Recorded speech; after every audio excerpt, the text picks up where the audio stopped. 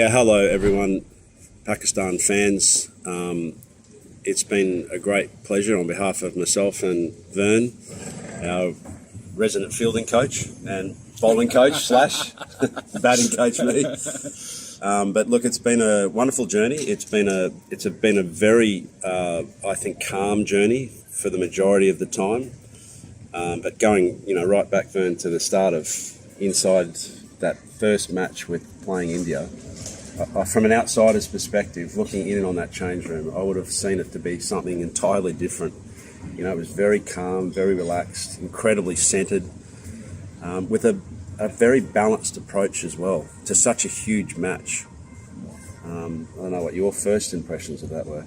Yeah, I think it was incredible just to be part of the journey. First of all, thanks for having both of us, like you've alluded to. And working with the guys, and I think the two of us probably delved a little bit deeper, than just the cricketing part. We've really delved into the religion, into their backgrounds, and understanding the players, behind the scenes, gave us so much more insight into where the guys are coming from. And also, I think the mental state that they've really shown, those first couple of games, it was so calm, like you've said. It was incredible, and, just the way they went out onto the park and performed week in and week out, or game in and game out, was incredible.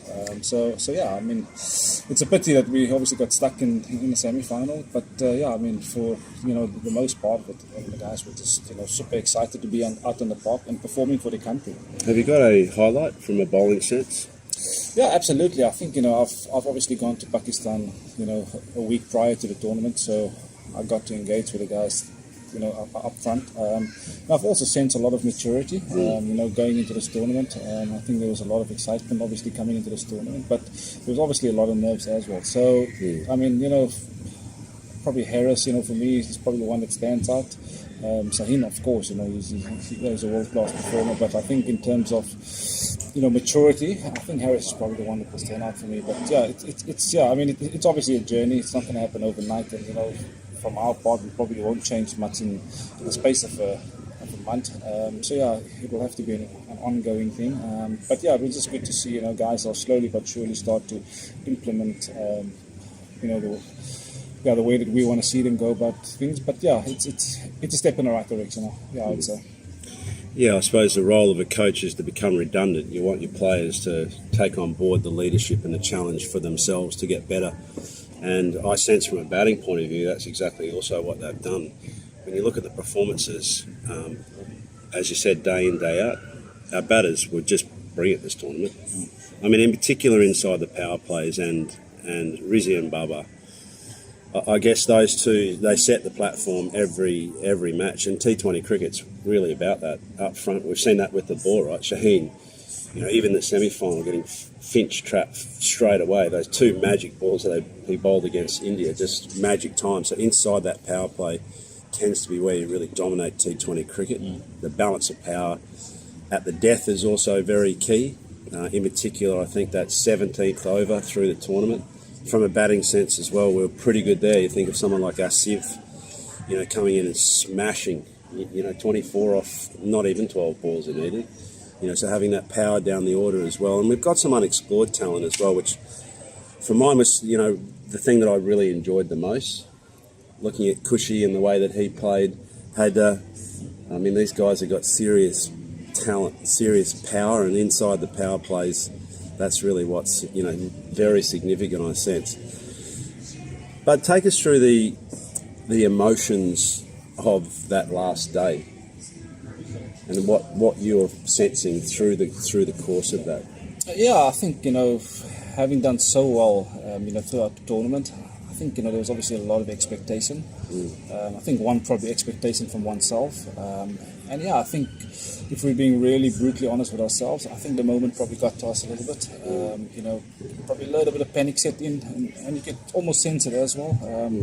I think we obviously got off to a very good start with the bat, like you've said, but that's been happening throughout the tournament. But I just think, in general, I could sense a little bit of panic set in, and especially in our fielding as well. I think it's one area that the two of us highlighted, that could potentially harm us or, get to us. It cost us a little bit in the final or in the semi-final. But I think, there's so much that excites me. the likes of Dani, the likes of the young Wazim, and I mean there's obviously so much back home as well. So from a group of players, I think Pakistan cricket is in a really good space. It's obviously this would be a learning curve for a lot of them. I mean, it's obviously a lot of youngsters as well. So, I'd like to see them use this opportunity, to learn from it, to understand, what it takes to perform, in a key moment at the key time.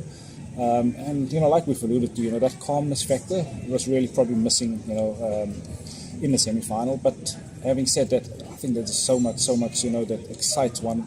And that one can work with. I for sure see a lot of success coming up in the recent future, and it's just how they're going to structure and really work with that talent pool that I have.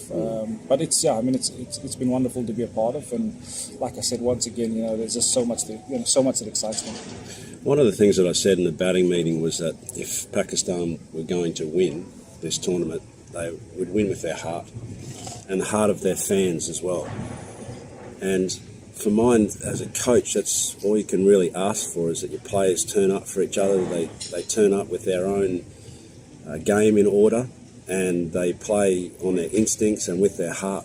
The scenes in the dressing room, it didn't shock me when you do play with your heart, just how when a heart gets broken and you go into a match with the expectations and then it doesn't quite come off for a number of different reasons.